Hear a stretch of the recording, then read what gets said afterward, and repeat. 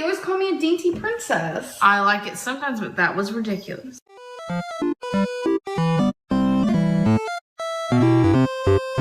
What I writ this poem about, if you think of it as something different and it resonates with you in a different way, don't let me change that. I mean, I am dumb, so. Hi y'all, and welcome back. Today we are going to be observing Amberlynn reading her incredible works of art. Her poetry transcends time and space, and we have to appreciate it. If you couldn't tell in the clips before, it's a train wreck. This video is titled My Bad Poetry and was uploaded April 25th, 2020. But first, we have the best part of the video. We have a picture of little Bunny sleeping with her big brother. Now let's get right into it. Hey guys.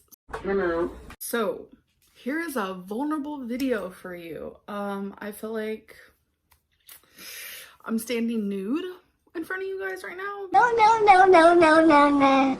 Because this is like my true inner feelings. So I just want to start off by saying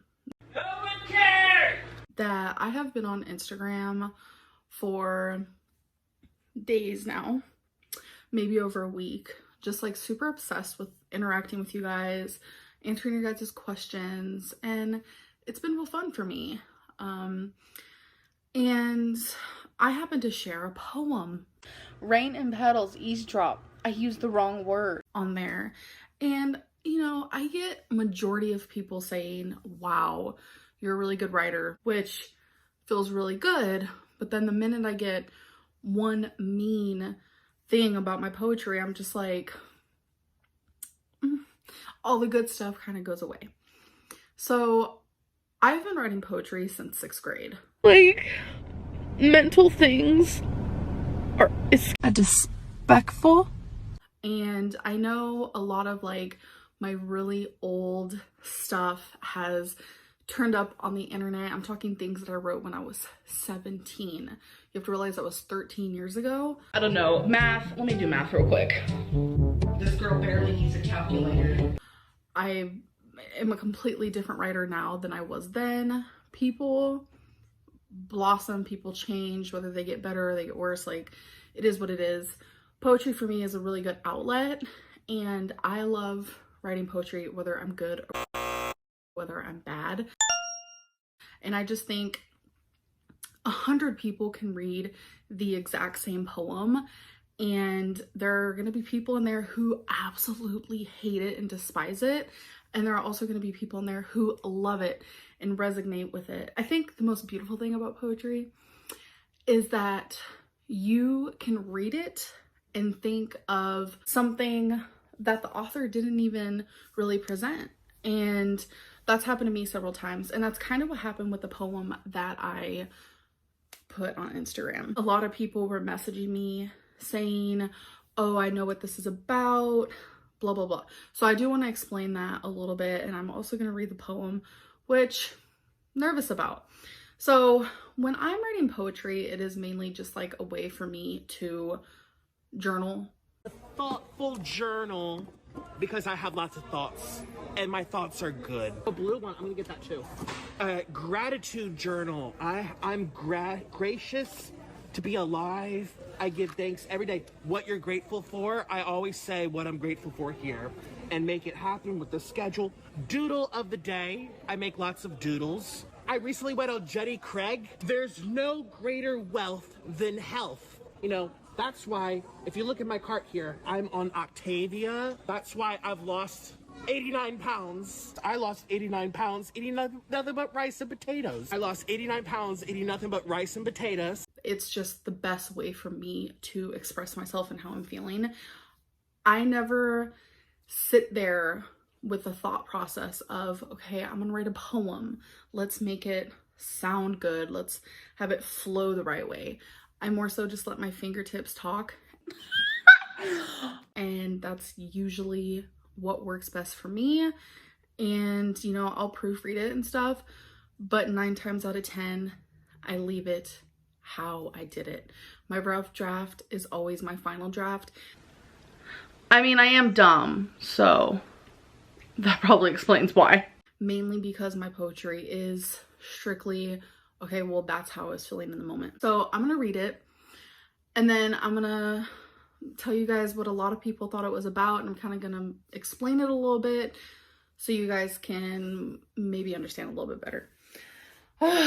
I'm like really nervous. But I do want to say that what I writ this poem about, if you think of it as something different and it resonates with you in a different way, don't let me change that, because I love poetry in the sense that I love that I can read a poem from someone and it hits home somewhere completely different than what the author intended. So let's get into it. Okay, so this poem is called I'm Fine. Loneliness was her autobiography. She sat in her room and counted the cracks in the ceiling. Her mind was the destination she tried to run away from.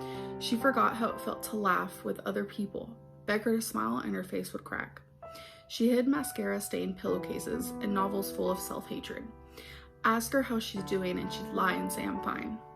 Ask her how she's doing and she'd lie. Ask her how she's doing. Ask me how I'm doing. I'm so tired of being this lonely. I'm so terrified that this is it for me, that these tears are all it'll ever be. I'm beginning to think that you don't want to hold me. I don't want this to be the death of me, for I have lost the best in me. I'd lie and say I'm fine. So that is the poem, and I feel like I needed to put emphasis on some of it because I feel like emphasis makes it maybe understood a little bit better. So the reason why I'm making this is because I can't even tell you how many messages I got where people are like, I know this is about Becky. I know they broke up. I know Amberlynn's unhappy with her. And just all this really untrue stuff. And so it's like, it goes in a rumor mill and then everyone, you know, starts to believe it and all that. So I kind of just want to explain what I meant and I guess where my thought process was at the time of making this poem. Her mind was the destination she tried to run away from. So a lot of people also commented on that line saying it didn't make sense. Poetry from Amberlynn Reid doesn't have to make sense, honestly, but in my head it does. Because when I'm depressed, I feel like my mind has a one-track mind. It wants to just bury me alive almost, and I feel like that's its destination. Its destination is to make me feel horrible and to make me feel worthless and lonely and like just horrible. So that destination is an area that I want to run away from. I don't ever want to arrive at that destination, but there are times that I do. Next line is, she forgot how it felt to laugh with other people, beg her to smile, and her face would crack. I mean, that's pretty self-explanatory. There are a lot of times when I am, you know, going through these episodes where I don't laugh. Everyone around me could just be having the time of their lives and it's almost like I'm completely checked out. Beg her to smile and her face would crack.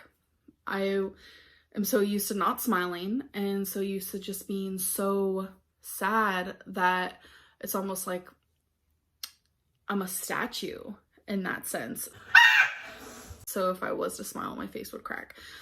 I write in a lot of metaphors. That's something that Becky pointed out to me and I never even noticed. Metaphors is just, I don't know. I just like them the best.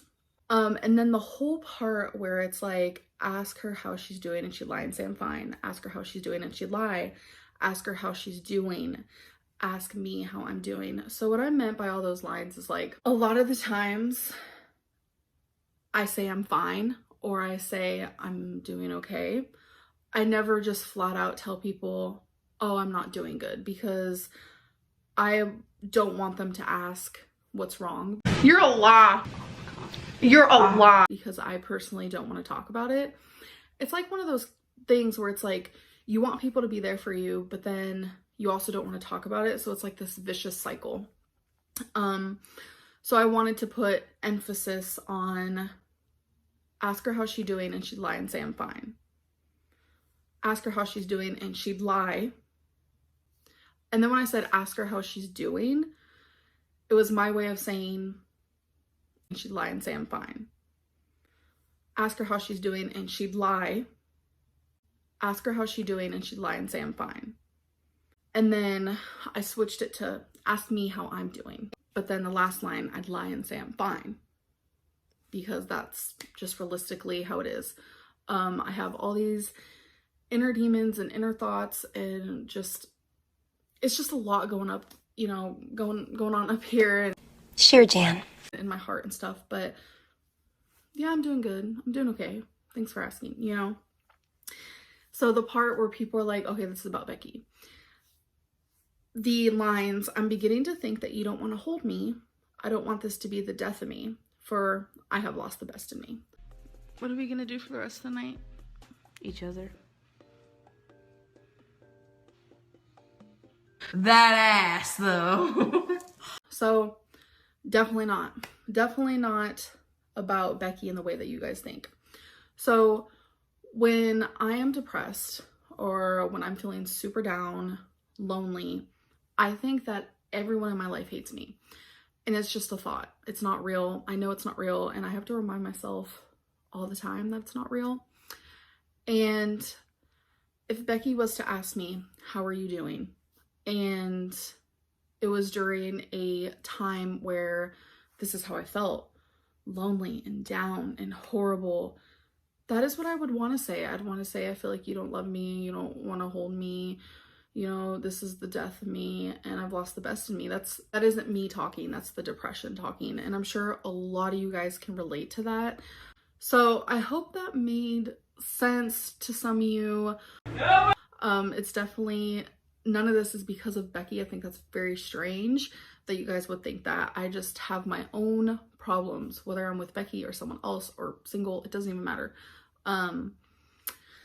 So yeah, I just kind of wanted to explain that. And again, it's not like the best poem in the world. It's just how I was feeling at the time. And I wanted to share it with you guys because a lot of you didn't understand on Instagram, didn't understand like how I was feeling and stuff. So I figured a poem would help with that. And I actually wrote this June 12th, 2019. So yeah, I write poetry all the time. It's just something I really love doing, and my poetry has gotten a lot better in my opinion.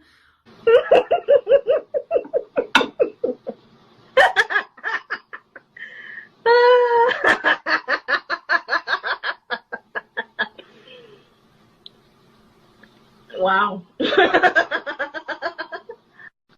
I used to make really long poems, too long, and now I try to make poems that aren't so long. I even write poems that are like 2 sentences.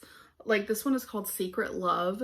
You sat next to me today and I could smell the cherries. Yeah, I look like a big cherry. Big?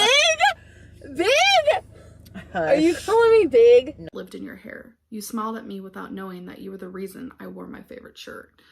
That's just, that to me, all you need is those 2 lines to know that you are in love with, either you can look at it as you're in love with your best friend, or someone could look at it as you're infatuated with just a friend of yours or someone at your school. Like it could literally mean anything. Or here's another 2-liner. It's called Cursive. All my poems are the same, loneliness written in a million different ways, which is so true.